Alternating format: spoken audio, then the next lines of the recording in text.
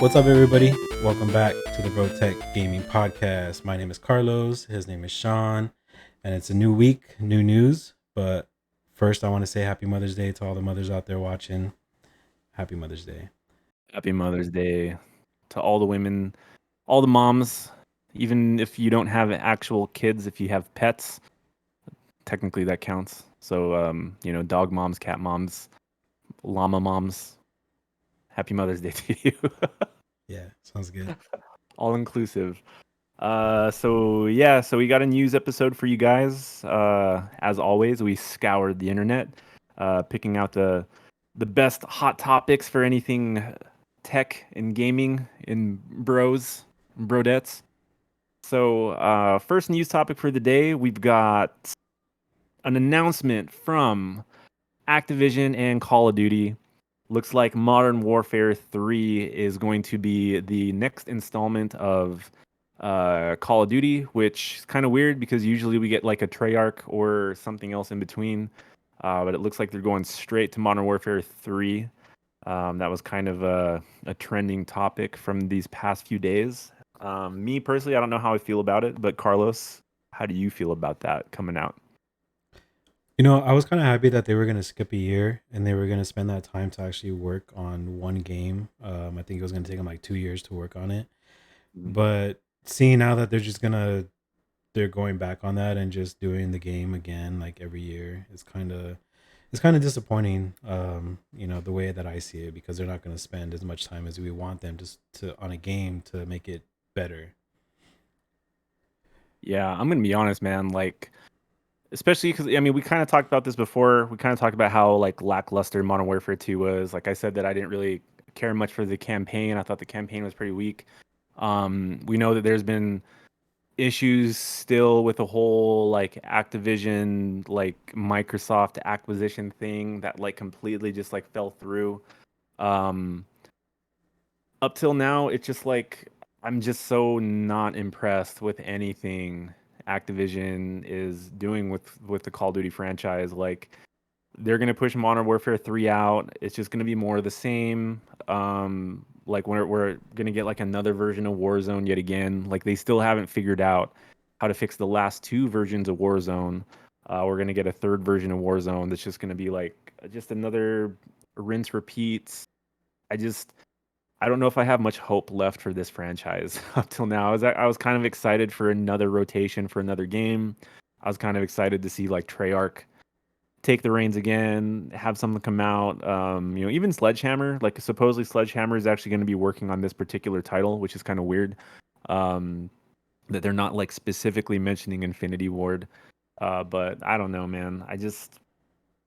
I almost don't care anymore at this point about the franchise. So not too thrilled for me personally. Yeah, the last couple of years is just that BR status that they have right now. It's kind of it's kind of bad. Like the game can be fun sometimes if they fix it. Like this last update that they did fix some stuff that I liked. As far as like running and being able to play at the same time. Like for me, that was a big upgrade. That was a big win in my book. But it's just like fix the cheats, man. Fix your anti cheats. Like let everybody have a fair chance at winning. Yeah, there's not really a whole lot that they can do to the game right now to get me like super interested in it. So I don't know. I don't have a whole lot to say about it other than kind of like what you said, just kind of disappointed. Like I don't know. I got nothing to add other than I'm just not happy with the direction the game's going right now. Yeah. Well, good thing we got Apex and Yeah, Fortnite. good thing we got Apex, and looks like they have the ranked mode that just came out now, so we can kind of get into that topic now. So maybe that'll be sort of like a little surge of you know anything that can save Warzone and Call of Duty right now is they just added the ranked mode to Warzone. So I haven't really been online since that particular update. I think I was watching Spiros a little bit the other day, so he's been playing a little bit of ranked, but I haven't really gotten a feel for it yet, or seen it to like how it compares to the already successful like Apex ranked mode. I don't know if you've been able to watch any of it yet with the new update. I watched a little bit of Doctor Disrespect. I think he put like 5 or 6 games in before he rage quitted and deleted the game. Nice. So, You can always mm, count on that. yeah. So I mean, I kind of take his gameplay as just like what it is. Like I feel like it's like true of what other gamers think because he doesn't make a living off of Warzone. I would say Spiros does, so he has to like push through and play and put on that smile that he likes it, and it's everything that he wants. And I'm like, like it's not, that this dude is struggling to like pick that controller up and turn his cheats on and play every day. um Yeah. but yeah, I mean, that's all I've seen on it. It was just Dr. Disrespect, and then after he disconnected, I was like, maybe I don't want to play that. Yeah, and it's funny too because I'm on Twitter and I see the tweets from guys like like Bear Pig Central and Modern Warzone and guys like Spiros and all the other like super like COD players like all the time. That's all they play is COD, and it's just annoying because they're like listen everybody, like it's not that we hate Call of Duty, it's not that we want to complain, we just want to see it do better because we love Call of Duty so much. And like they're sticking like so hard to just supporting Call of Duty, but like deep down you hate the game, like you hate the game, and like you're so vested in it because that's what you're making your living off of, and they're just like not willing to try anything else. Like there's plenty of other streamers that like found success playing other games and they actually enjoy the games they play. And it just sucks that they're just kind of like they feel like they're cornered into this one franchise that they just hate so much, but they're still gonna like stick up for it and like, oh well, like we just love the game, we just want it to succeed. That's why we're being so critical. I'm just kind of tired of hearing it, man. Like, I think Activision is in a lot of trouble right now, and nobody's really talking about that. But especially with this whole like acquisition thing and that falling through, I don't know, dude. Like, Activision might be in a lot of trouble with these next few years if they don't come out with something like really good. So, like the only other game they have, which is technically like not even Activision per se, but it's Blizzard, is like Diablo 4. Like Diablo 4 is like the next big game coming out, and like that's kind of it, man. Like that's kind of all they got is Call of Duty, Diablo when it comes out, and Overwatch. Those are the only games that are keeping it relevant right now. So it's kind of tough. I think it's kind of tough waters for Activision. Yeah, unless they come out with another Yeah, I mean StarCraft that would be 3, kind of cool. That one. When was the last time a StarCraft game came out? Like 8 years ago? Like maybe 10 years ago? maybe. I'll have to I check. don't know. Yeah. But yeah, not much else to add to that one. While we're kind of on the topic of like a ranked mode, I just want to mention that Fortnite has also announced they're coming out with a ranked mode too. So, um, not that me personally feel, I don't feel like they really needed a ranked mode, but I mean, it's cool that they're adding it because unlike all of the other developers, it seems like Fortnite actually cares about their community and they just kind of give people everything that they ask for with Fortnite. So yeah, cool. Now all three BRs will have like its dedicated ranked mode, which I mean is still good, but for COD, I don't know if it's gonna save it. Yeah, me either. I think there's too many cheaters to have fun in any kind of lobby, especially if you get Mm-hmm. into a higher tier. Like, Yeah, it's gonna get crazier as they get to a higher tier. That's true. Very true. yeah. Anyways, So, that's all I got on that one. all right, yeah. So good for Fortnite. Listening to their fans, giving them ranked mode, giving them every skin and dance that they ask for. Concert modes. I mean, it's pretty cool, and even though the whole structure of the game is like really basic, it's still really fun to play. So Yeah. And also the rank mode, it's gonna be for the no build and the regular mode too. So they're not trying to like corner like one particular group of players. It's gonna be ranked for both no build and the regular mode. So I think that's also pretty cool. You don't like you're not just like stuck to one thing. Because if it was build mode ranked, I'm like, no, never mind. I'm not doing that. So I'm glad they're keeping it diverse for everybody. all right, so big win for us. We got to Big try that out win. sometime. Big win. All right, so next topic, Legend of Zelda: Tears of the Kingdom came out. everybody was anticipating that. Like honestly, like the Switch, I don't think they've had like a release this big for quite a while. So I know everybody was really, really anticipating this one. But based on most of the reviews, based on like a lot of the scores I've seen, it's basically like a perfect game from most of the sources. Carlos found some other sources that said they that said it wasn't a good game, to which I challenged him. But from what I've seen from most of like the major media sources, everybody says it's great, it's amazing, it's like one of the best things to ever happen in gaming and the Switch. So thoughts on that, Carlos? Legend of Zelda. I'm happy for Zelda. I've actually never played Zelda, not one game. Mm.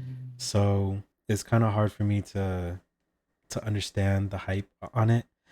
But yeah, that's my fault. But I feel Say it like isn't so, Carlos. Say it isn't so. yeah, never touched it, and I think I'm too old, man. I'm too old to get into it now. But Yeah, I don't know. I don't know about that because I mean, you can go all the way back to the OG Zelda, and like, there's definitely some that like I skipped throughout the years. I think I have like my favorite ones. Like, I don't think I'd put the new Legend of Zeldas wouldn't be like my top favorite Zelda games, but they're still good games.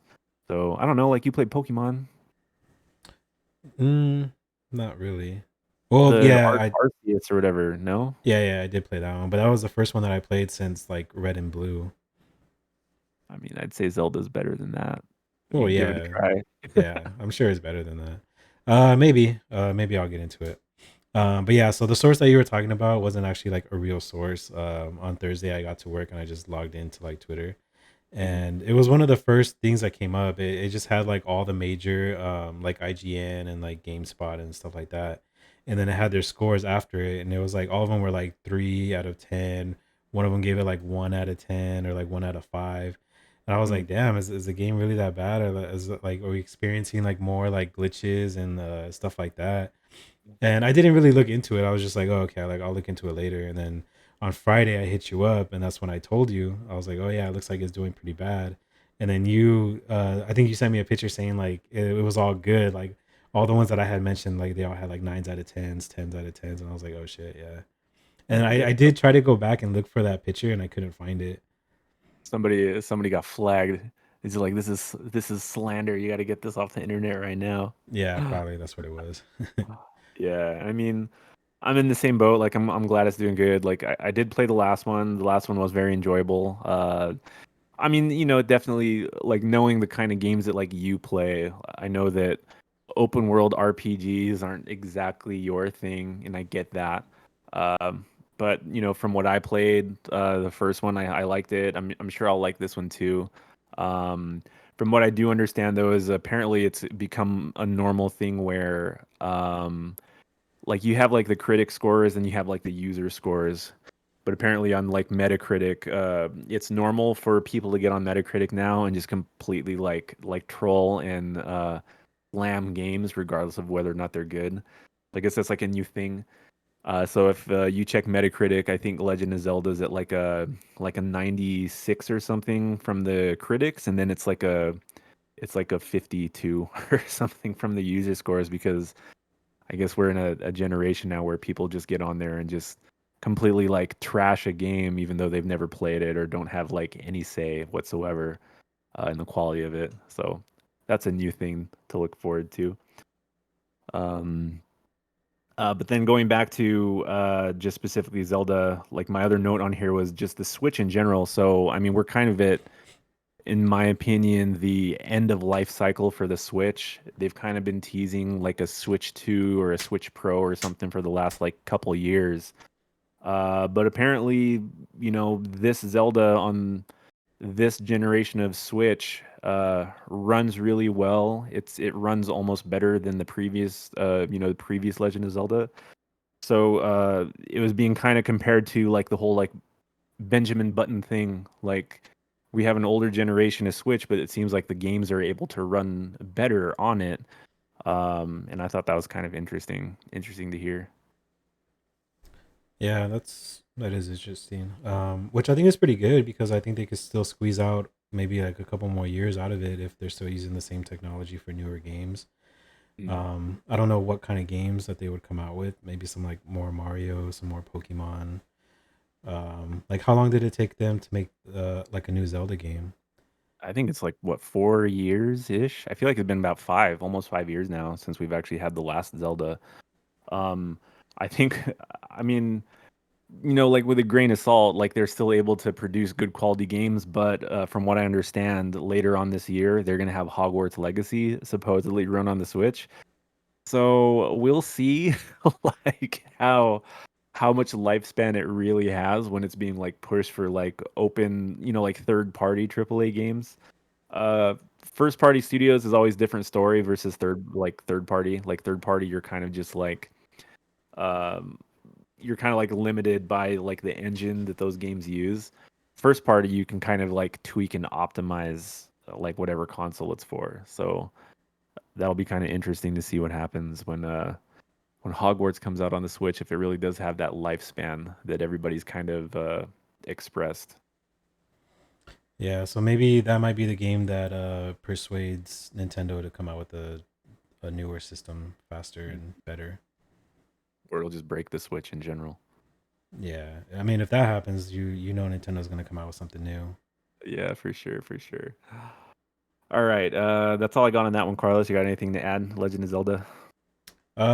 Nothing much. Maybe I'll get into watching some like gameplays of it or something. Maybe watch the storyline from the very first game. Yeah, and you can and then take a nap or something. Yeah, and then dream about it. Yeah, there you go. All right. Moving on from that one. Next topic I have on here, Asus motherboards specifically. So we kind of talked about in our one of our previous episodes about how the Ryzen 7000 chipsets were like overheating and like bursting and getting fried in people's motherboards. That was like an AMD thing. So Asus apparently is kind of in the hot seat now because Asus had a BIOS that was supporting the Ryzen 7000 CPUs, and somehow, in some way, that BIOS was overvolting everyone's Ryzen CPU. So they kind of were able to contribute like those like overheating chipsets to like overvoltage from the motherboard. So Asus issued a beta BIOS to fix the previous BIOS that was overheating and overvolting people's CPUs, and then they turned around and said, "Hey, here's a BIOS that's going to fix our shitty BIOS. By the way, it's going to void your warranty and you're screwed if it still doesn't work." So kind of shady. They've been getting a lot of shade from guys like Jay's Two Cents and Gamers Nexus amongst others. So not too happy with Asus, and I would kind of agree. Like it's a very like anti-consumer move in my opinion to say like, hey, like sorry we screwed up. Here's a fix, but still sucks for you, the customer. So I don't know how I feel about that one. How do you feel about that one? Well, yeah, I mean that definitely sucks. Like coming from me, like I have an Asus motherboard, so knowing that the brand that I have inside my motherboard or my PC is being shitty like that kind of sucks. Like if I when I do decide to upgrade to AM5, like I'm probably gonna look elsewhere besides Asus if they don't fix their shit when it comes to customer service because obviously I'm the customer and I want to make sure I get a good product that's gonna be in my PC for the next 4 to 5 years. Yeah, same with me, dude, because I have like the B450 version of your motherboard basically. So like mine's also Asus, and like I've always liked the Asus interface. Like I feel like their BIOS is very easy to navigate. And I like Michelle has Gigabyte, so I kind of have an idea for Gigabyte, but it kind of sucks. Like I would have liked to switch into AM5 with Asus as well, but this kind of makes me feel skeptical and kind of discouraged from sticking with Asus in the future. I mean, like not everybody needs to update their BIOS. Like for the most case, people can sit on the same BIOS for like like a few generations and not worry about it. But like I'm definitely the type of person that likes to keep everything like as updated as possible. And I would be pissed, dude, if I like updated my BIOS just for it to like completely jack my CPU. Just to have like Asus say like, "Hey, sorry, like we gave you guys this BIOS, but like we still can't do anything for you. That's like your fault for installing this BIOS that we offered you. So, and apparently, another thing they did was they started to like when you look at a BIOS, it tells you like what kind of like updates there are on like that particular BIOS. Apparently, they were changing the information on that BIOS update that was different from the information that they previously put out. It was either that or they just completely like scrapped it and put like a new version of their, just kind of like hide the fact that there was a shitty BIOS that was put out. So they just kind of like quietly like change that information on there without really like notifying anybody. So just like more shady stuff, man. That's kind of stupid. I mean, I don't know, man. That kind of sucks for consumers. Yeah, definitely. Yeah, because I feel like by the time that I'm ready to upgrade, I'm really gonna have to look into that to see if there's still more issues. If they haven't issued an apology, then I'll I'll be more than happy to go somewhere else. Yeah. I mean, they're getting enough flack from all of the major like tech tubers that are out there. I wouldn't doubt that that Asus will like issue another statement like apologizing for their actions because like whether they like it or not, like these tech tubers kind of help shape the influence that they have on the industry for like what consumers should buy. So if I've got like, 5 out of the 6 tech tubers telling me like, hey, like be wary of Asus, don't buy their products, like I'm definitely gonna listen to them. So I think Asus is probably gonna change their tune. Maybe by the time it gets, to us upgrading, maybe they will have worked out those issues. But as of right now, it's just kind of stupid of them to do that, you know. Yeah, definitely. So if you guys are thinking about upgrading, make sure you guys do your research and check to make sure that your CPU is not going to explode or your motherboard's not going to catch your PC on fire. Yep. You heard it from us, BroTech Gaming. All right. So moving on from that topic, you got anything else on that, Carlos? Nah, nothing. All right. So next topic, fun one, talking about the new Fast movies. Uh, Me and Carlos have talked about doing a tier list episode. Be on the watch for that. That'll be coming out very soon. Uh, Funny part is supposedly from an interview with Vin Diesel, he said that ideally he would like the Fast X movie, the last movie in the franchise, to span 3 parts.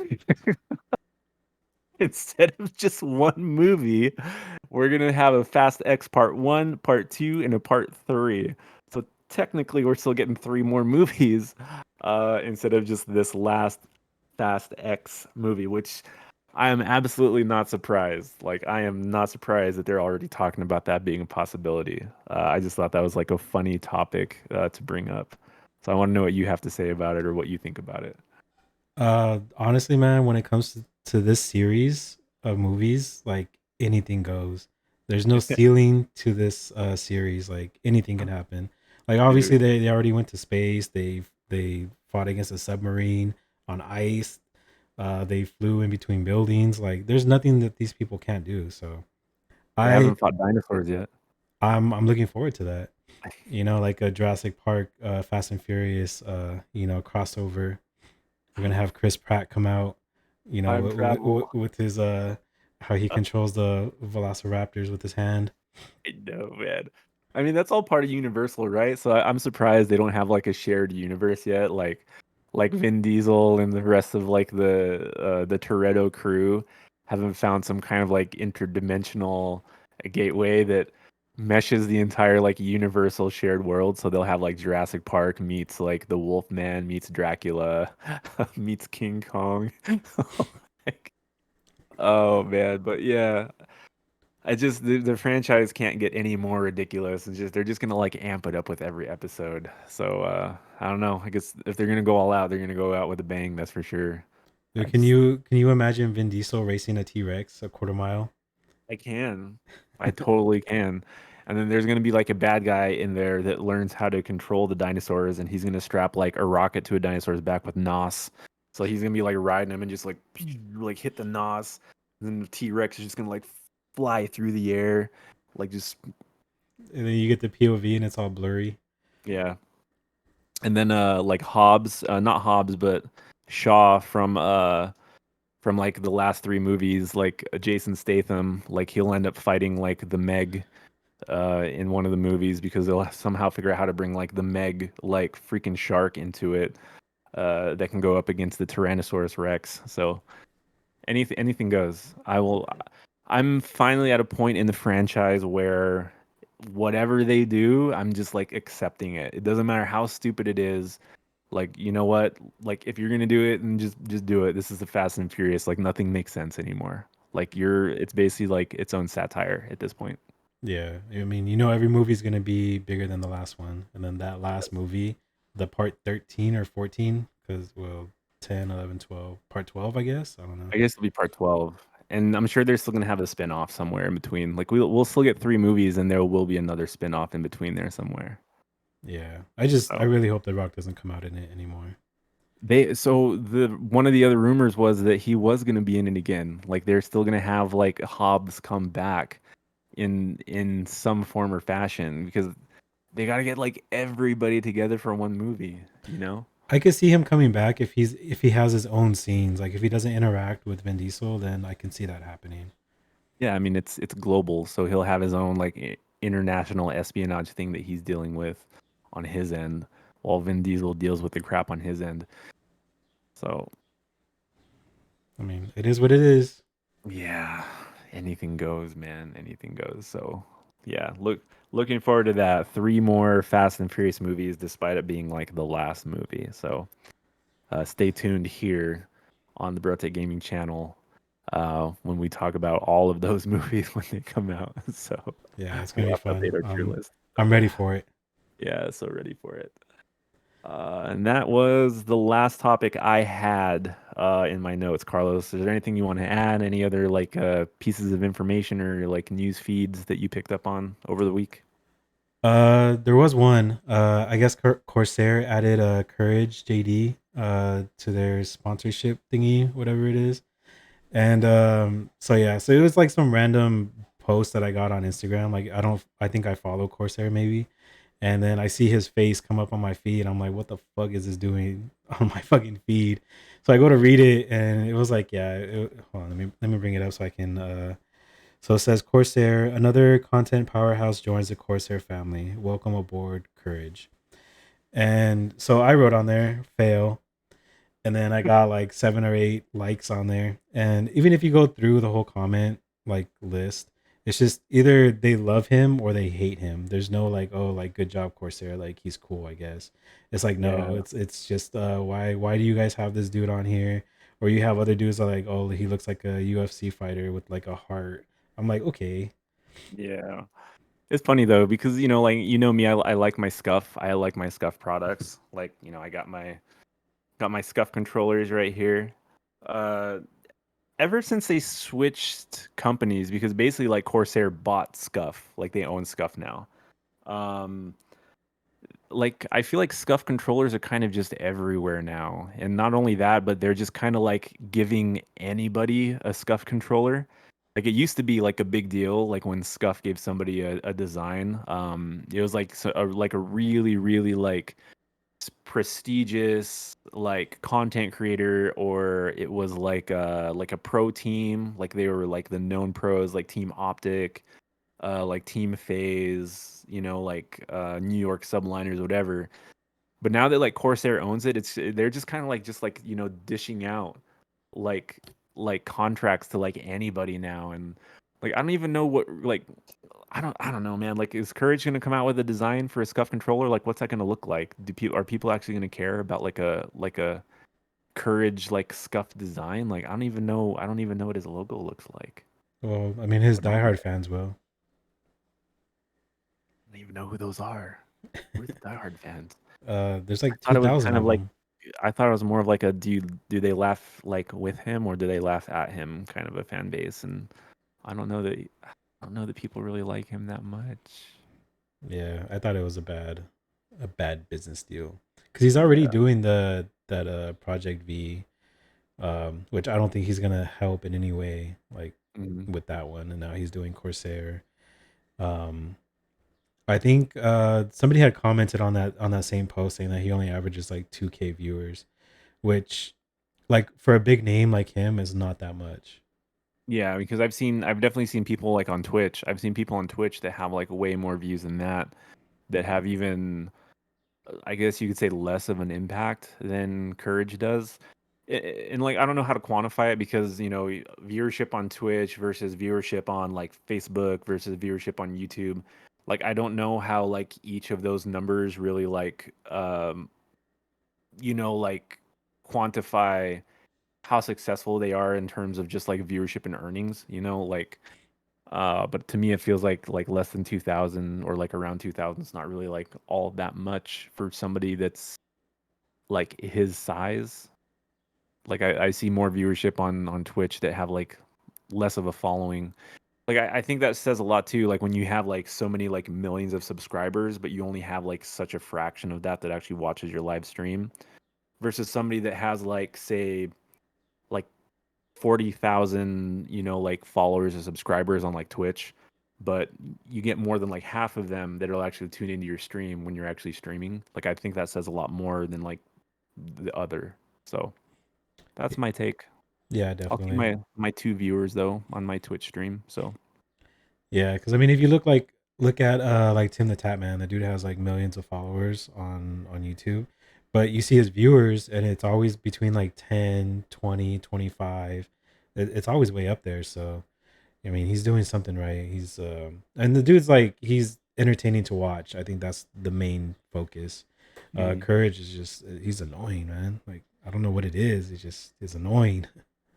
I feel like he's always kind of like a third wheel too when he ever teams up with other streamers. Like he's cared about even less. Like when I was watching them do their Fortnite stream, for example, and it was like him, Ninja, him and Doc. Like to me, like Courage was like the least relevant person within that party than the other three. Uh, Another funny thing too is like since we're talking about Tim the Tap Man, so him and Nick Mercs have their own like skins too in Warzone because they felt the need to put them in Warzone. I don't see that happening with Courage anytime soon, but Yeah, I whatever. mean Doc didn't get one either, but that's just because he shits on the game every day. Yeah, like that's kind of what I like about Doc though is he doesn't feel like he's obligated to speak well of or like hide his distaste for a certain franchise. Like he'll be the first one to say like the game's garbage and he doesn't give a shit. Because he's a variety streamer anyways. Like if he didn't stream COD, like he could hop on and play like Minecraft and people would still like tune into his streams just because he's entertaining. But I like that he can just be honest and not technically give a shit to an extent. I think there's still some things that he feels like contractually obligated to say and do regardless, but for the most part, he's pretty honest. Yeah, I think it's, especially when it comes to his game. So I feel like he kind of shits on other games now just to promote his game. Yeah. But yeah, Midnight that's Society. yeah, that's all I have on that. Just trying to shit on Courage whenever I can. Cool. We will make sure that that's a regular thing, like future episodes. Yeah, we Before we do. get blacklisted. Like, have you Yeah, ever heard of this podcast named Bro Take Gaming? They just like shit on Courage. They'll get a shut down. or they might get us like millions of views. Defamation. You All know. right. Well, I think that's all I got for the day on this news episode. Carlos, you got anything else? No, that's all I got. All right, cool. So, thank you guys once again for tuning in. This has been another episode of the Brotate Gaming COD podcast. podcast. Uh, I'm your boy Sean here with my homie Carlos. Thanks again for you guys tuning in. We will catch you guys on the next episode. Bye. Bye.